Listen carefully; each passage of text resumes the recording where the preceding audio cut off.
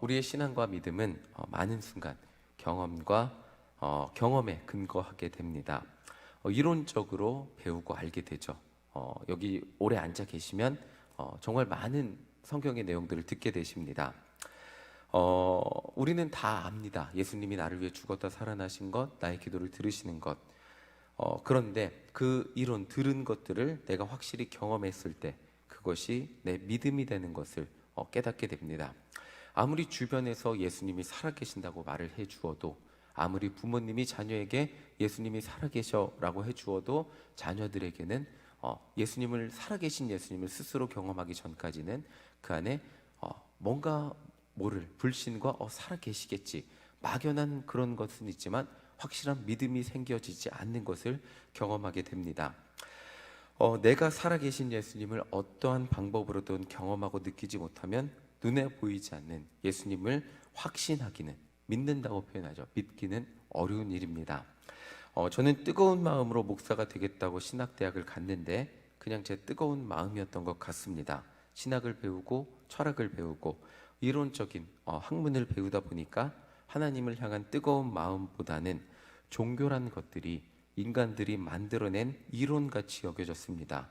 그 마음으로 군대를 갔는데, 솔직히 말씀드리면 제 솔직한 그 군대 가기 전에 마음을 말씀드리면 하나님이 계신 것도 같고 살아계신 것도 같고, 제가 휴가를 갔다가 길에서 어떤 아줌마를 만났어요. 전도하는 분을 만났는데 예수님 믿으세요? 그랬더니 저 모태신앙이에요 라고 했는데, 예수님 믿으세요? 라고 했는데 믿는다는 대답을 하기가 참 어려웠습니다. 모태신앙이요 라고는 대답을 했는데 믿으세요라는 말에 참 대답을 하기가 어려웠고, 그럼 예수님이 어디 계세요? 라고 했는데 다 알고 있어요, 제 마음 속에 있는 거라고 했는데 왠지 모를 찝찝함이 제 안에 있었습니다. 그 마음으로 군대를 갔는데 솔직히 하나님이 계신 것 같고 안 계신 것 같은 그런 마음을 가지고 군대를 갔습니다. 제 기도를 들어주시는 것 같고 들어주시지 않는 것도 같고, 아니 아예 아무것도 아닌 하나님이 안 계시는 것도 같은 마음이 드는 날도 있었습니다. 아무 효과가 없는 것 같이 느껴졌죠. 어느 날은 위병소에서 보초를 썼는데 너무 쌀쌀한 날이었습니다. 제가 그때 아마 일병이었던 것 같은데 20년 전 군대만 해도 일병은 라면을 먹을 수가 없었습니다. 군대 가기 전에는 일주일에 한두 번 꼭 먹었던 음식이 라면인데 그날따라 라면이 너무너무 먹고 싶었습니다. 굉장히 쌀쌀했고 가을쯤이었던 것 같습니다. 그래서 기도를 했습니다. 하나님, 라면이 너무 먹고 싶어요. 혼잣말을 한 거죠. 이게 하나님 들으실지 안 들으실지 확신도 없었고 그냥 라면이 너무 먹고 싶네, 하나님 먹고 싶어요, 그냥 그렇게 얘기를 했습니다. 기도를 서고 보초를 서고 이제 기도를 그냥 그 혼잣말 같은 기도를 하고 보초를 서고 들어왔는데, 그리고 들어와서도 아무런 기대가 없었는데 이미 제가 보초 설 때 모든 부대원들은 밥을 다 먹었고 제가 가니까 이제 보초 선 사람들의 밥을 남겨놨는데 밥에 문제가 생겨서 라면이 2개가 있었습니다. 진짜 저도 그때 깜짝 놀랐는데 그렇게 해서 라면을 먹은 경험은 그때 한 번밖에 없었습니다.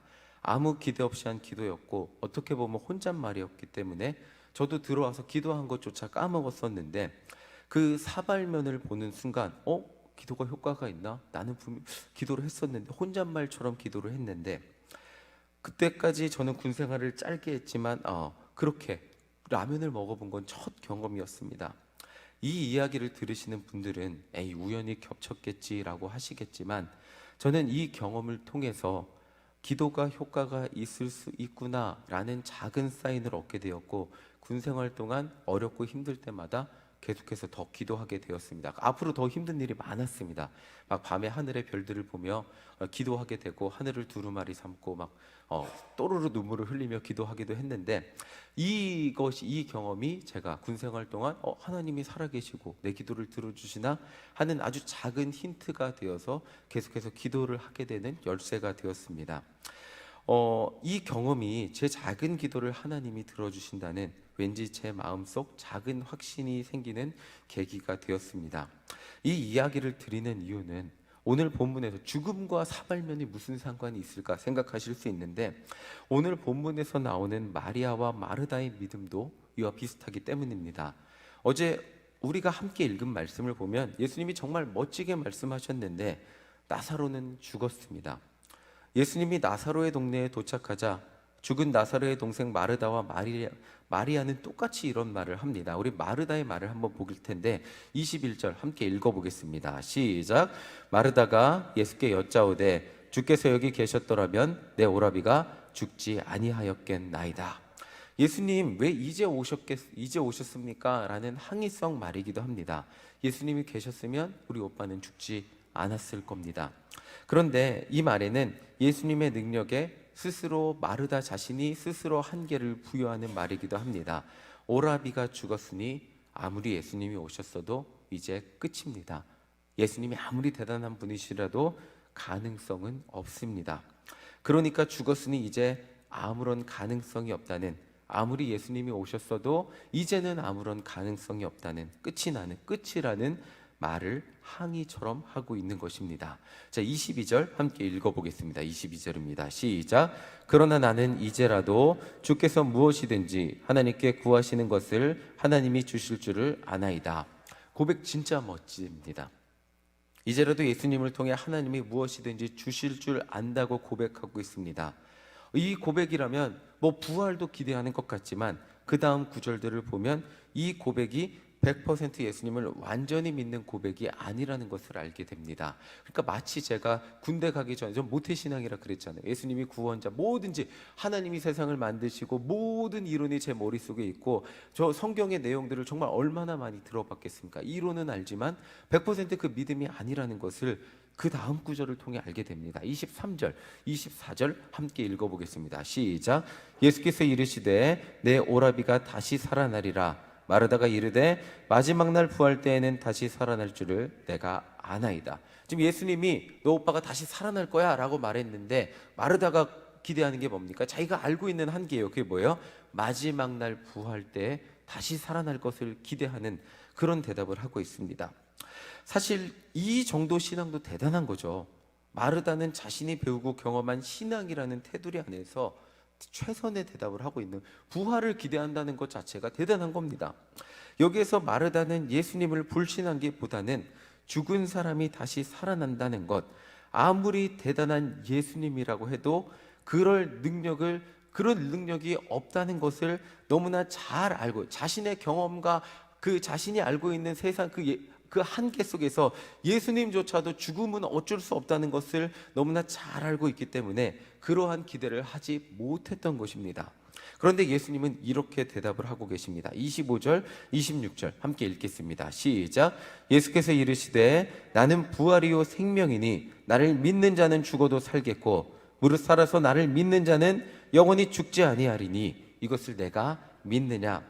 예수님은 마르다에게 자신이 누구인지 알려주십니다. 예수님은 자신이 죽음을 뛰어넘는 부활과 생명이라는 것을 알려주고 계세요. 마르다는 이것이 100% 뭔지 이해하지 못했어요. 그런데 믿는다고 대답했습니다. 예수님은 또 다른 나사로의 동생 마리아를 만나시고 나사로가 있는 무덤으로 가셨습니다. 그리고 인간의 죽음의 한계에 직면하여 슬퍼하고 있는 사람들을 보며 비통해 하셨습니다. 부활이요 생명이신 예수님이 곁에 계셨음에도 불구하고 알아보지도 못하고 그 가능성을 깨닫지도 못하고 능력에 기대하지도 못하는 그 죽음이 끝이라고만 생각하는 사람들의 한계를 바라보며 비통해 하셨습니다. 자, 37절 우리 함께 읽어보겠습니다. 37절입니다. 시작. 그중 어떤 이는 말하되 맹인의 눈을 뜨게 한 이 사람이 그 사람은 죽지 않게 할 수 없었더냐 하더라. 모든 사람이 생각할 때 죽음은 끝인 거예요. 아무리 예수님이 오셔도 가능성은, 이미 기적의 가능성은 닫힌 거예요. 죽음이 닫아버린 거예요. 예수님이 계셨더라면 나사로는 죽지 않았으면 가능성이 있는 거죠. 예수님이 대단한 분이니까, 병도 고치시는 분이니까, 병을 고치는 것을 많은 사람들이 봤으니까 나사로가 죽기 전에 왔으면 가능성이 있는 거예요. 죽지 않게 할 수 있는 가능성이 있었는데 죽었으니까 가능성이 없다고 생각하는 거예요. 그러니까 죽기 전에 왔으면 가능성이 있지 않았겠느냐라고 말하고 있는 거예요. 그런데 예수님이 분명히 지금 마르다한테 말했거든요. 부활이요 생명, 죽음이라도 불구하고 나는 여전히 가능성을 갖고 있는 분이다 라고 알려주셨음에도 불구하고 그것을 누구도 알아본 사람이 오늘 본문에서 없는 거예요. 그래서 예수님이 무덤에 돌을 옮겨 놓으라고 하니까 분명히 믿는다고 한 마르다가 이렇게 말을 합니다. 시체에서 냄새 날 것을 걱정하거든요. 믿는다고 했으면 걱정을 안 해야 되는데 믿는다고 한 마르다가 시체에서 냄새 날 것을 걱정했습니다. 이것이 상식이거든요. 일반적인 것이기 때문이죠. 마르다가 믿는다고 했어도 믿음은 부활이요 생명이신 예수님을 온전히 경험하기 전에는 그것이 자기의 믿음으로 완전히 자기 것으로 되지 않았다는 것을 보게 됩니다. 그런 예수님은 이렇게 말씀을 하십니다. 40절 함께 읽어보겠습니다. 마르다에게 이렇게 말씀하십니다. 40절입니다. 시작. 예수께서 이르시되 내 말이 내가 믿으면 하나님의 영광을 보리라 하지 아니하였느냐 하시니, 내가 믿으면, 믿는다 했으면 뭘 본다고요? 하나님의 영광을 본다 그랬어요. 그리고 무덤에 돌을 옮겼을 때 이제껏 지금까지 그 누구도 경험하지 못하고 누구도 예수님께 기대하지 못했던 일이 일어났습니다. 죽은 나사로가 살아서 나온 것입니다. 이 일을 경험하며 이제 사람들은 예수님이 어떤 분인지 그들의 경험과 믿음의 영역을 확장할 수 있게, 죽음이면 가능성이 끝난 거잖아요. 그런데 그 죽음 이후에도 가능성이 있다는 것을, 믿음의 영역을 확장할 수 있게 되었습니다. 하나님의 영광은 나사로가 살아난 것 그것만 의미하는 것이 아니라 죽음까지도 이겨내신 예수님의 놀라운 능력을 보게 된 것, 이제 예수님을 믿는다는 것을 의미하는 것은, 나는 예수님을 믿습니다 라고 말하는 것은 죽음 이상의 것들을 다스릴 수 있는 예수님이라는 것을 우리의 믿음으로 고백하게 되는 것을, 하나님의 영광을 보게 된다는 것을 의미하고 있습니다.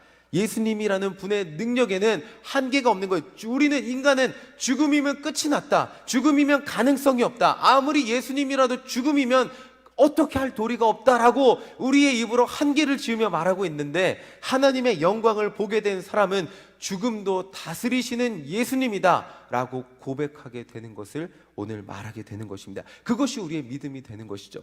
요한복음 1장에 기록된 것처럼 하나님이 세상을 말씀을 통해 함께 창조하셨듯이 이 땅에 오신 말씀이 육신이 되신, 성육신이 되신 예수님의 말씀을 통해 죽음까지도 정복이 됨을, 예수님과 함께라면 죽음에도 불구하고 그 죽음을 이기시고 하나님이 일하시는 것을, 그 가능성을 보게 되는 믿음을 가지게 된다는 것입니다.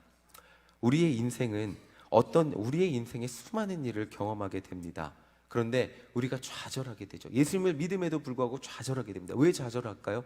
우리 인생에 예수님이라는 가능성을 보지 못하기 때문입니다. 자꾸 좌절하고 넘어지게 되죠. 제가 어렸을 때 걱정하고 염려하게 됩니다. 왜 걱정하고 염려하게 될까요? 아빠가 도와줄 거라고 믿지 못하기 때문에. 그때가 언제일까요? 제가 공부하다가 점수가 안 나올 때, 그때 좌절하게 됩니다. 왜? 아무리 아빠가 와도 대신 공부해 줄 수가 없잖아요. 제가 공부해서 점수를 받아야 되잖아요. 근데 부모님이 해결해 줄 수 있는 일은 걱정하지 않게 됩니다. 아빠한테 얘기하게 되죠. 언제 또 걱정이 될 거야? 아빠한테 혼날까 봐 걱정을 하지, 부모님이 해결해 줄 거라는 믿음이 있다면 우리는 걱정하지 않게 됩니다. 우리 하나님의 능력을, 우리의 믿음이 확장된다는 것이 바로 이것을 의미합니다. 하나님이라는 가능성을 보지 못할 때 우리는 좌절하고, 내 혼자 힘으로 세상을 살아나가야 하고 내 혼자 힘으로 부딪혀야 된다고 느낄 때 우리는 좌절하고 넘어지게 됩니다. 우리는 기도하면서도 눈물 흘리고 걱정하고 염려합니다. 왜? 하나님이 기도를 들어줄 것도 같고 안 들어줄 것도 같고, 또 이 문제는 나 혼자 힘으로 해결해야 될 것 같기 때문에 기도하면서도 좌절하고 염려하게 됩니다. 그런데 오늘 말씀을 통해 우리에게 예수님이 말씀하시는 것은, 예수님의 능력은 어떤 상황에도 우리가 기대하고 하나님의 일하심이라는 가능성을 보라고 말씀하고 계신다는 것입니다. 모두가 끝이라고 하는 상황이 우리 인생에 다가올 수 있습니다. 예수님, 그 끝이 나기 전에 나를 도와주셨어야죠. 예수님, 그 전에 나를 도와주셨으면 내가 이 꼴까지 되지 않을 수 있었습니다 라고 말하는 것이 우리의 믿음인데, 예수님은 우리에게 이렇게 말씀하십니다. 내가 믿으면 하나님의 영광을 보리라. 끝이 아니라고, 지금도 여전히 하나님의 역사하심에 가능성이 있다고 우리에게 말씀을 하십니다. 모두가 끝이라고 생각한 십자가 죽음이 그것이 우리 인류에게 가장 큰 가능성이 되었습니다. 아멘이시죠? 죽음을 이기시고 부활하셨을 때 모든 사람이 구원을 받게 되는 그 엄청난 기회가 되었습니다. 오늘 하루 십자가를 보며 우리 인생에 예수님이 계시다면 여전히 나의 삶에 가능성이 있음을 기억하시기를 간절히 소망합니다. 절대로 끝이 아닙니다. 예수님이 내가 믿으면 무엇을 보신다? 우리가 믿으면 무엇을 본다고요? 하나님의 영광을 보게 될 것입니다. 예수님이 내 삶에 계신다면 여러분들 삶 가운데 예수님이 계십니다. 아멘이십니까?